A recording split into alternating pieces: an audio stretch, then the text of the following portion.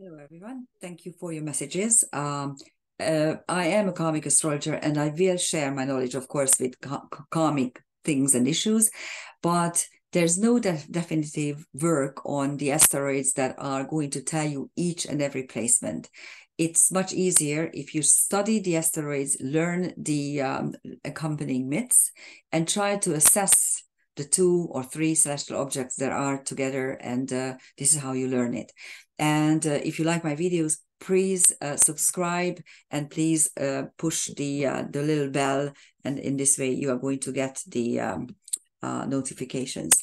And here is on some placements on October the 5th. 2 important things happen, and then the rest is really just configurations. The 2 important things are sign changes. Mercury is leaving Virgo and entering Libra, and I really don't usually make any movies or videos on the sign changes of Mercury because they are so frequent. But whenever anything is at the supergalactic center, which is at 1 degree Libra, that is when I usually tell you things about. And this is now Mercury. What is the supergalactic center at 1 degree Libra? It is M87, so it's a Messier object, but it is a huge supermassive black hole. It is the center of an extragalactical configuration. And in karmic astrology, the supergalactic center denotes issues around or dilemmas around nothing is ever enough. So it produces this supermassive hunger for things. With Mercury, it's usually knowledge. So this is what's happening, that people are going to be very hungry for knowledge. And the other sign change, which is more important, it's Black Moon Lilith's change, because she is leaving Leo and entering Virgo. The Black Moon is the 3rd turning point of the Lilith myths, when Lilith, who has been banished, and actually she left the Garden of Eden, she decides to go back and teach Eve certain survival skills. And for this, she needs, first of all, clairvoyance. So she needs to see what's happening. And then she needs a very strong determination to go back there and do what's right. So that is what symbolizes this archetype. And the fact that it is now going to Virgo means that in the next 1.5 years, she is going to serve us. She's going to give us things and potentials for service. And then there's also a finger of fate with Venus. As you can see, that Venus is now separating from Juno, and quite interestingly, we are hearing certain notes, but there are mixed messages. Of course, in the United States, Congress did not vote for the monies to go to Ukraine because the American people, of course, are getting fed up with this whole nonsense. But at the same time, I just heard that the White House spokesman said that he simply gave a message to Putin that they're kind of threatening. And interesting enough, as we will see, there are some placements that suggest that this atomic war situation is again kind of prominent. This particular finger of fate is interesting because the Pluto-Neptune sextile was there in this 20th century, almost for everyone, depending on what orb you gave to a sextile. I only give it to 3 degrees, but some astrological schools give 5 degrees. And if you allow 5 degrees, it has been there for everyone. And now they are again entering into a sextile relationship. Pluto is power and transformation, but also magic. And Neptune is transcendental knowledge, occult knowledge. So these 2 outer planets are combined in a potential to utilize magic and transcendence. And at the moment, they create a finger of fate with Venus, Juno. So that's the space-time moment. The rest is the same as on the 2nd. The only thing that is happening is that Mars is exactly conjunct the South Node. Venus is already separating. West Austria is still there. So I'm not going to repeat myself because that is what you had previously. Here is a complex planetary picture, which is important for one reason and one reason only, because here I can teach you dissociate aspects. Actually, when I saw the placement of the moon, which is at the end of Gemini, I thought first, because this is known in Budapest, and whenever there is an exact placement where you have an ascendant and a midheaven, then I replace it to London or relocate it to any other country or whatever. It's important then. But other than that, if there's a placement on a day, it doesn't really matter what time you are creating the chart, because you're not going to look at an exact placement, you look at an energy pattern. And here, if I moved the chart another 3-4 hours later, let's say at 3-4 o'clock London time, I would have had the moon already in Cancer. But then I realized that I can teach you something very important here. And some astrologers do pay attention. For instance, Karen Hemaker-Zontag wrote about the dissociate. I think it's her term. She coined the term dissociate aspects. And I think it's very important because aspects that are out of sign are not working the same way as the ones that are in sign and synchronized in sign. Here you have a mini trapeze, which is tense because you have two squares in the inside. This is really like a platform. I call these structures platforms, but we can call them trapeze as well. But whenever you have the sides, whenever the sides are semi-sextiles, it's really a platform. You step on top of it. But anyhow, trapezes are always about what I need to tell you, what I want to share the world, what are the things that I want to give you and talk to you about and teach you. Usually that's the thing. And here, let's take a look. The moon is still in Gemini, and the black moon is already in Virgo. So here you have a sextile that actually connects square energies, mutable square energies. Also, when you look at the two squares inside, the Sedna Lilith square is a mutable square, fine. But the moon Mercury square, look at it. Mercury is already in Libra. The moon is still in Gemini. Both signs are air signs. So you have a square which is really infused with trine energy. So these are dissociate aspects. The other one, the other structure, the mutable air engine, is perfect energetically as well, because Saturn is retrograding at the very beginning of Pisces. Sedna is still retrograding at the very 0 degrees Gemini. So this is a mutable square, and the trine between Sedna and Mercury, understanding what you need to take apart and you need to redo in order to make it work. That's Sedna, that's an air trine. So actually there's a lot of thought and thinking processes and cerebral processes infused in this mutable air engine. Engines are very useful because you combine 3 different aspects that belong to different aspect families: a square, which gives you the drive, the trine, which gives you the blessing, and the quincunx, which gives you a karmic determination to rectify things. Here are the transcendental objects, and that's why I told you that it is quite revealing, because on Mercury and at the supergalactic center, you have Hebe, Hiroshima, and of course the supergalactic center itself. Hebe is the goddess of youth. Hiroshima is complete disaster. And yes, this is what's happening in the war. A complete generation, a young generation is wiped out. These boys who are fighting the war, these men, they are not going to be alive. They are not going to be, their reproductive functions are lost.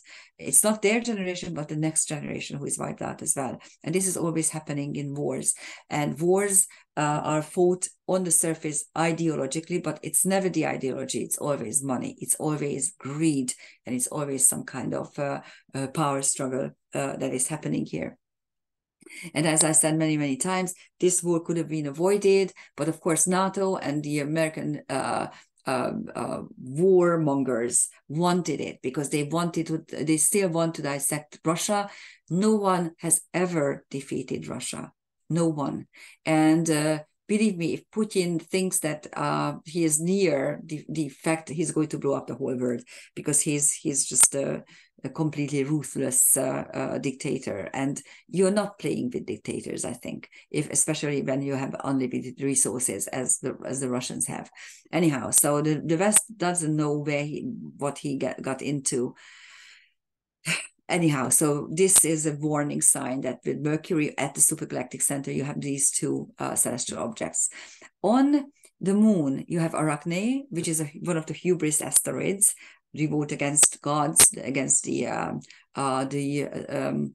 reign and the sovereignty of gods. And then two stars, which I already showed you a couple of times, but I'm going to show you again.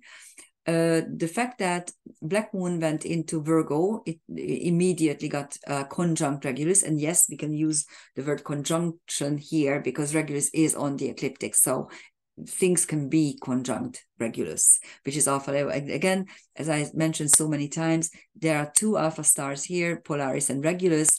Both are alpha stars, which means that they are the brightest within the constellation. But look at the numbers. Regulus is almost twice as bright as Polaris. They're still alpha. And on Saturn, you have Spartacus and Karma, exactly the same things that 3 days earlier. And Sedna has more Somnus, Pelion, and the Pleiades. Pelion represents the mountain of life that we need to conquer, and more Somnus was very, very prominent in charts during the pandemic. And again, they are talking about restrictions and all kinds of nonsense. They're definitely concocting something for us again, so that we can be scared. I say that many times, that being afraid of something and being angry of something or somebody, those are, so anger and scare or fright are the lowest vibrational emotions. And when you produce those, then you're very, very vulnerable. So it's important to raise your consciousness, and also to you raise your emotions. So here's Betelgeuse and Polaris. You can see that Betelgeuse is below the ecliptic. It's the alpha star, or the eastern shoulder of Orion. Here's the Orion, the hunter, and the moon is quite out of bounds, because it's about 28 degrees from, this is the celestial equator, and one such thing is 10 degrees. So the lines cover 10 degrees. And then Polaris, which is the current pole star, which is the alpha star of the little bear, nothing can ever be conjunct Polaris. Okay, so that's why you need to see that if we have the same astrological degree, then this is, by the way, a choice pair in a way, whether you are going to be very successful and very lucky, or you want to escape and go to an altered, a different universe, a parallel universe. That's what it means usually. And we have a karmic trapeze, so not just the finger of fate, the yod, with Pluto, Neptune, and Venus, Juno. But when you enter Mars into the picture, and you could, because it's at 26 degrees, so this is an applying square, and it will be quite tight in a couple of days. I think it will be exact by the new moon. Maybe by then it's already separating as well, because Pluto is retrograde. So this is a doubly applying aspect. But here the karmic trapeze has the base as a double quincunx, and the inside, the inner world of this trapeze is also 2 quincunxes, and the top, the stage, so to speak, where you need to step up, and that is where you can give your thoughts or teachings. That is a square. It is a cardinal square, and a very drastic one, because Pluto and Mars, first of all, Mars is the lower octave of Pluto. Mars is direct war, and Pluto is manipulation and power games.